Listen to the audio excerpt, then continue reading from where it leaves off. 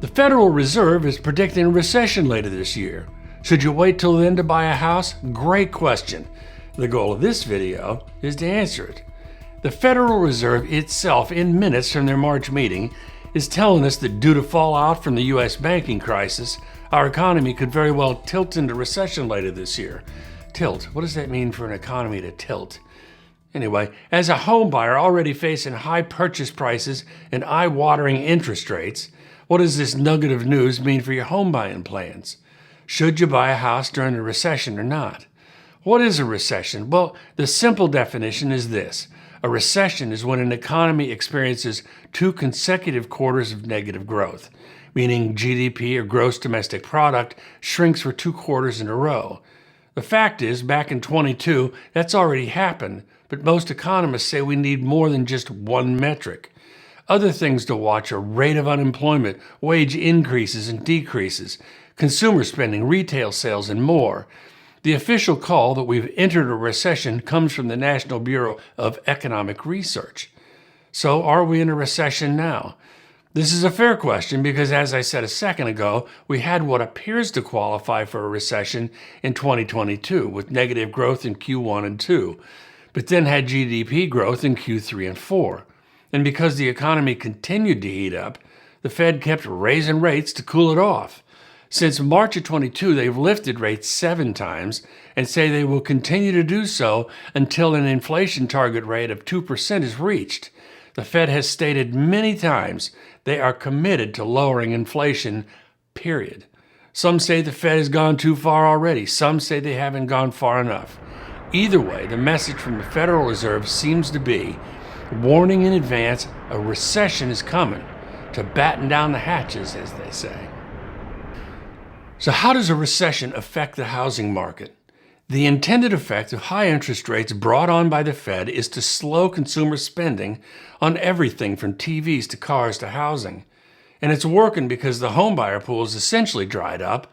Home sellers, whether new build homes or existing, are lowering prices or offering incentives to entice buyers to act.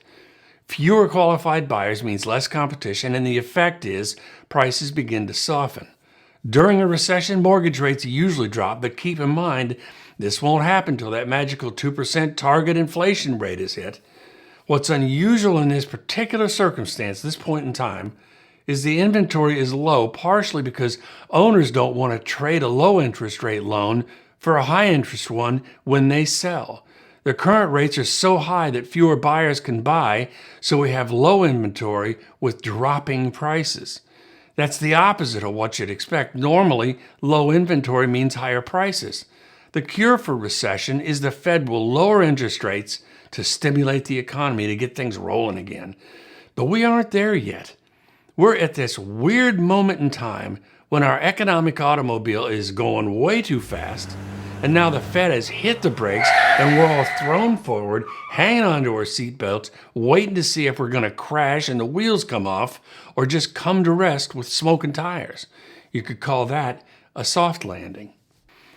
Today's homebuyer that is ready, willing, and able to buy will need very good credit, strong finances, and a stable income. And they're likely to find they can't buy quite as much home as they could have just a short couple years ago when rates were about half of what they are now. So will home prices stay high or go down if, in fact, the economy does tilt into a recession? Here's where the market is just different and it's tricky to characterize, so hang with me a second. The number of homes for sale increased 65% in January compared to a year ago. But still, it's below pre-pandemic levels. Low inventory will still hold prices up because of supply and demand. Plus, what we've been seeing repeatedly over the last couple of months is when rates dip just a bit, buyers get active again. When they go up just a bit, things get quiet.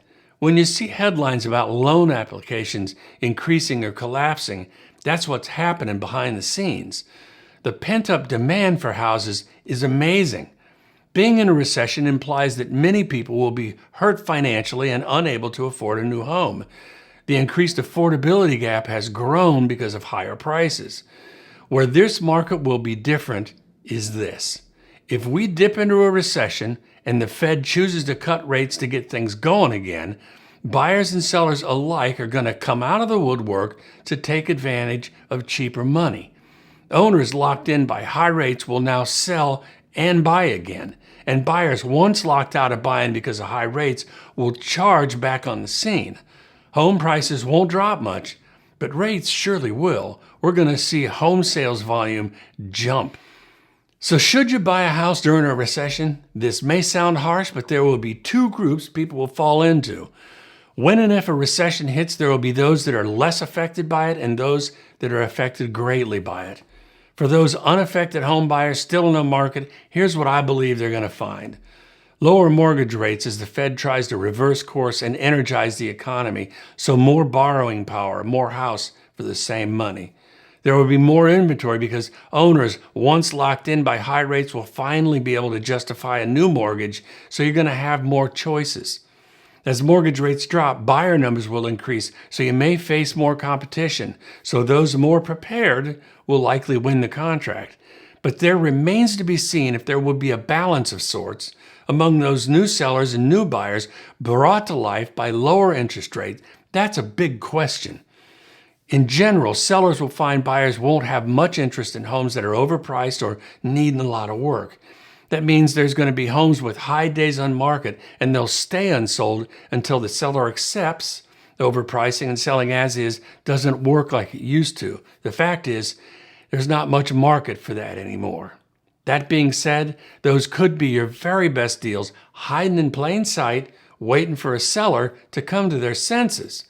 Bottom line, for a lot of people, a recession may be a great time to buy a house. Lower prices, more home choices, and higher quality options overall. If your job and your finances are solid, if you were prepared anyway, but were just waiting for rates to drop, this could be your time. If you would, please leave a comment telling us what you plan to do. I'd love to know. I hope this video helps somebody.